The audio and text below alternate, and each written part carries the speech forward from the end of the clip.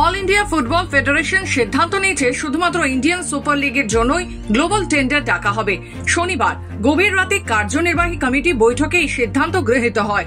Tender প্রক্রিয়া স্বচ্ছতা ও নিরপেক্ষতা নিশ্চিত করতে গঠিত হয়েছে 3 সদস্যের তদারকি কমিটি। এই কমিটিতে রয়েছেন প্রাক্তন বিচারপতি এল নাগেশ্বর রাও, ফেডারেশনের সভাপতি কল্যাণ চৌবে এবং এশিয়ান ফুটবল কনফেডারেশনের একজন প্রতিনিধি। প্রসঙ্গত 2010 সালে এআইএফএফ তাদের সমস্ত টুর্নামেন্ট ও জাতীয় দলের বাণিজ্যিক অধিকার রিলায়েন্সের সহযোগী সংস্থা এফএসডিএল কে 15 বছরের জন্য বছরে 50 কোটি টাকার বিনিময়ে হস্তান্তর করেছিল।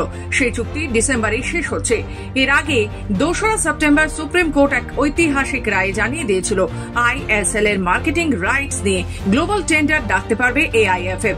সেই নির্দেশ মানতেই নতুন তদারকি কমিটি গঠিত হলো। আদালতের নির্দেশ অনুযায়ী বিচারপতিরাও এই নেতৃত্বাধীন কমিটি হবে গোটা প্রক্রিয়ার অভিভাবক। এআইএফএফ এর বৈঠকে লিগ অপারেটিং পার্টনার নির্বাচন নিয়ে আলোচনা হলেও সেখানে আইএসএল এর নাম স্পষ্ট করে উল্লেখ ছিল না।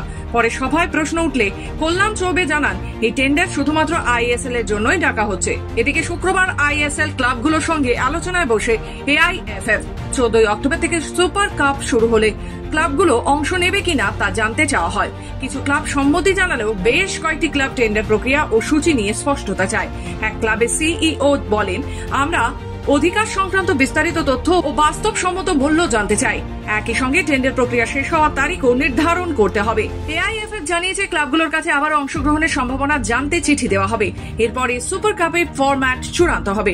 রবিবার ফেডারেশন ঘোষণা করেছে সুপার কাপ 25 অক্টোবর থেকে 22 নভেম্বর পর্যন্ত ধাপে ধাপে অনুষ্ঠিত হবে।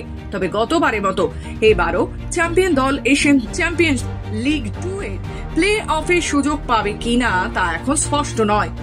লিগের ক্লাবগুলো সুপার কাপে অংশ নেবে, যদিও দ্বিতীয় স্তরের প্রতিযোগিতা থেকে অবনমন সংক্রান্ত এআইএফএফ এর আপিল কমিটির চূড়ান্ত রায় না আসায় বাকি টুর্নামেন্টগুলোর ভবিষ্যৎ ঠিক করতে শিগগিরই আরও একটি বৈঠক ডাকা হবে।